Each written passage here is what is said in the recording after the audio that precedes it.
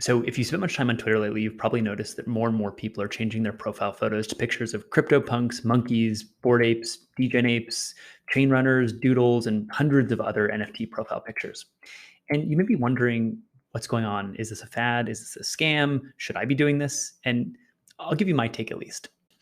2 decades ago, the social psychologist Robert Putnam published Bowling Alone, a book that chronicled, among other things, America's declining participation in membership groups of all kind, including churches, labor unions, Rotary clubs, volunteer groups.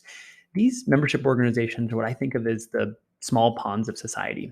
These small ponds are really good for our psyche. It's really easy to become someone in a small pond or to hop over to another pond where you can take on an important role.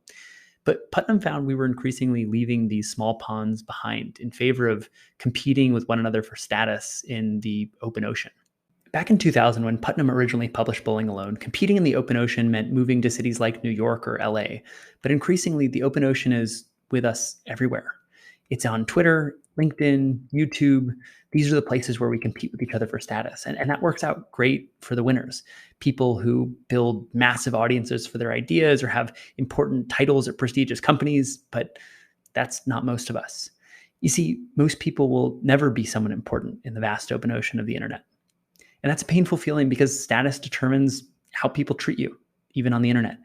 And like it or not, here in the open ocean, we measure each other based on prestigious company affiliations or follower counts. And so it's no wonder that we stay in jobs that we don't love or we write long Twitter threads just to bait engagement. It's the key to earning good treatment here in the open ocean. So what does that have to do with CryptoPunks and bored apes? Everything. These NFT profile picture communities are the small ponds of the internet. You can make your way into a Discord and adopt a completely new identity. You don't need tens of thousands of followers or some elite employer on LinkedIn. You can join and become someone by giving back. Because these NFTs allow you to own that identity, everybody knows you own it. They know your interests are aligned with theirs, and that makes you someone important. These PFPs allow people who don't have the privileges of some elite real-world identity to get a digital reboot. It's like when you were a kid and you could go to camp and be someone totally different without all the baggage of all those kids who knew you since kindergarten.